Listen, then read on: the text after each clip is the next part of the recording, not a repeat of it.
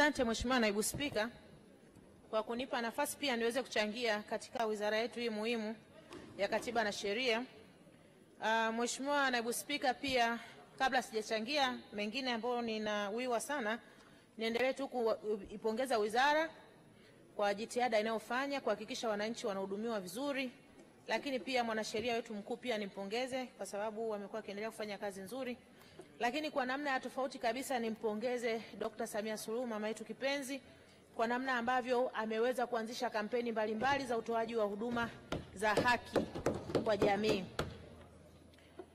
Mheshimiwa Naibu Spika, kwa kuanzia nitamani nami nianzie kwenye kipengele cha Legal Aid Campaign ambapo tumeona kabisa serikali yetu tukufu ya Dr. Samia wamekuja na kampeni ya utoaji wa msaada wa kisheria kwenye maeneo yetu.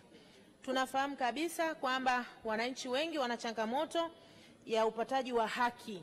Wanakuwa hawajui mambo gani ni haki zao, lakini pia ni wapi watapata hizo haki zao na ni wakina nani wako na wajibu wa kuwapatia hizo haki zao. Kwa elimu hii ambayo inakuwa inaendelea kutembea kwenye jamii yetu, sisi tunaishukuru wizara, tunamshukuru Dr. Samia na tunampongeza kwa kweli kwa moyo huo wa kizalendo, wa kibinadamu, na kama tunavyoona kauli mbiu ya CCM mwaka huu ni kazi na utu. Kwa kitendo cha kuanzisha kampeni kama hizi inadhihirisha kabisa kwamba Dr. Samia ana utu kwa kiwango gani na angetamani kuona nchi yake inaongozwa kwa kuwa na upendo na utu kwa kiwango gani. Kwa hilo naomba wanifikishie salamu zangu kwa Dr. Samia. Mheshimiwa Naibu Spika, ni mikoa karibu 25 ambayo wamekwisha kufika mpaka saa hizi. Wanaenda wanatoa huduma, wanahama, wanaenda kwenye maeneo mengine wanatoa huduma hivyo. Lakini kwa takwimu waliotuonyesha hapa inaonyesha ni wananchi karibu milioni 2,698,908 wamekwisha kuwafikia. Hii idadi sio ndogo na sio ya kuipuuza Mheshimiwa Naibu Spika. Kwa tunawapongeza sana kwa kuweza kuwafikia wananchi wetu hao.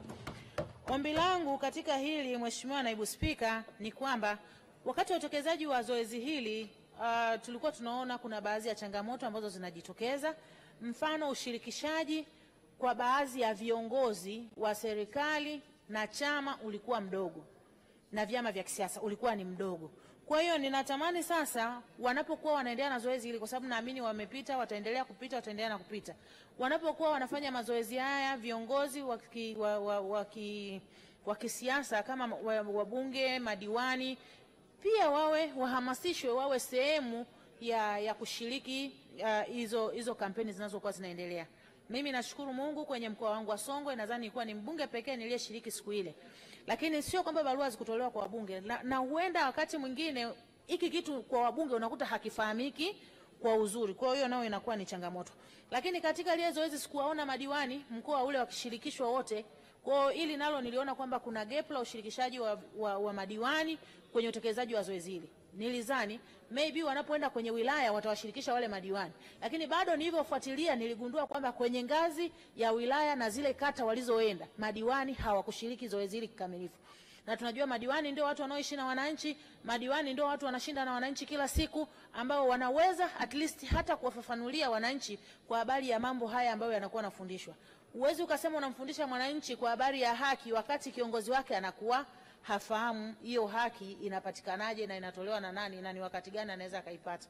Kwa hilo nitamani kuliomba Mheshimiwa Naibu Spika, wizara iweze kulichukua na wakati mwingine waweze kulifanyia kazi. Lakini nina ombi lingine la ziada Mheshimiwa na Naibu Spika, wanapokuwa wanatekeleza hizi kampeni wajaribu kugatua, yani itoke kwenye ngazi ya kitaifa iende kwenye ngazi ya mikoa na wilaya.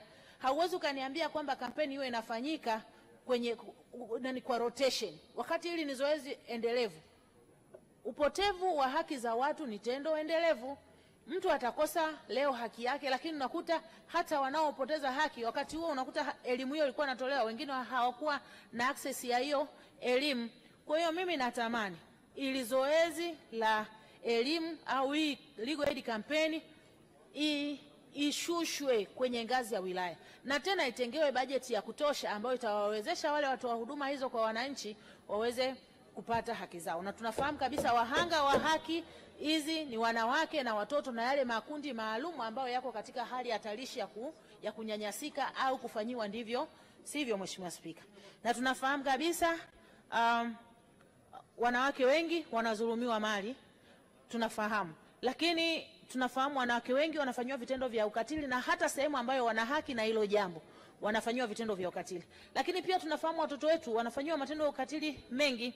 Japo siku hizi kuna kampeni za kuibua kero za wanaume ambao pia wanafanyiwa ukatili, lakini bado kesi zinaonekana wanawake wengi na watoto wengi na watu wenye mahitaji maalum ndio wanaofanyiwa ukatili mkubwa. Kwa hiyo nilikuwa ninaombi, kwa kuwa wahitaji ni wengi, washushe kwenye ngazi ya wilaya, ili tunavyoendelea mbele basi hizi huduma zishushwe kwenye ngazi ya kata kama ambavyo huduma zingine za ugani zimeweza kushushwa. Lakini pia Mheshimiwa Naibu Spika, kwenye habari za haki za mambo ya ukatili wa kijinsia, nina ombi moja. Mimi mkoa wangu wa Songwe, katika wilaya yetu ya Momba, mji wa Tunduma, ukatili umekuwa ukiongezeka siku hadi siku. Ukatili umekuwa ukiongezeka siku hadi siku. Sisi kama viongozi wa eneo lile tunaumia, na tunaumia sana kwa sababu tunaona kama watu wetu wananyanyasika, na ufuatiliaji wa mashauri kwa wale watu wanaokuwa wanafanya hivyo vitendo vya ukatili tunaona kama hayachukuliwi kwa uzito huo. Kwa hiyo niombe serikali yangu kwamba mji wa Tunduma, kulingana na wingi wa malori ambao uko pale, vitendo vya ukatili vimeongezeka kwa kiasi kikubwa, waweke ikiwezekana kambi maalum ya kuhakikisha yani wanafanya utatuzi wa changamoto zinazopatikanika eneo lile, na hata waje na mbinu mbadala za kuwasaidia wananchi wa eneo lile. Ukiangalia kituo cha polisi cha pale hakina uwezo mzuri. Ukiangalia mahakama, hatuna majengo mazuri ya mahakama kwa wilaya ya Momba. Kwa hilo pia nilikuwa natamani wizara kama wizara, mji wa Tunduma, halmashauri ya Momba waitazame kwa jicho la tofauti. Lakini Mheshimiwa Naibu Spika, pia baada ya kuongea hayo, nilitamani niwaombe swala la kuwapa dhamana watu wanaowabaka watoto wetu wadogo likose dhamana, kwa sababu haiwezekaniki mtu anabaka alafu huyo mtu anaenda kupewa dhamana. Mheshimiwa Naibu Spika, hivi mtu anambaka mtoto mdogo, wewe huwezi kaona kama hiyo ni kama kosa la uuaji? Anawezaje kuthubutu? Kwa hiyo Mheshimiwa Naibu Spika, nitamani hilo pia wizara, swala la kukatili watoto sheria yake itungwe na ikose dhamana. Tunaumia sana kwenye maeneo yetu. Lakini pia Mheshimiwa Naibu Spika, ninatamani kuongea na waziri baba yetu Ndumbaro aweze kutusaidia.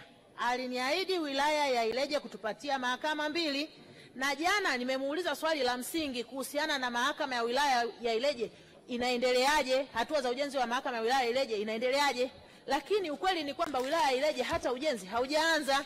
Kwa nimuombe wizara na nimuombe waziri, atakapokuwa anafanya finalization aje anipe kauli ya kwamba ni lini anapeleka pesa za kuanza ujenzi wa mahakama ya wilaya kwenye wilaya ya Ileje. Haiwezekaniki wilaya ya Ileje na ukongwe wake mpaka leo haina mahakama hata moja. Huduma za mahakama zinatolewa kwenye majengo ya upangishaji, tena majengo ya CCM yaliyochoka. Kwa mimi ni muombe waziri atusaidie. Wilaya ya Ileje tunahitaji fedha kwa ajili ya ujenzi wa mahakama. Basi anza hata na wilaya, hata hizo zingine kwenye tarafa nyingine atafanya wakati mwingine kama ikishindikanika kupata fedha zote. Ni ahadi, ni deni, leo nimekuja kumdai Mheshimiwa Naibu Spika.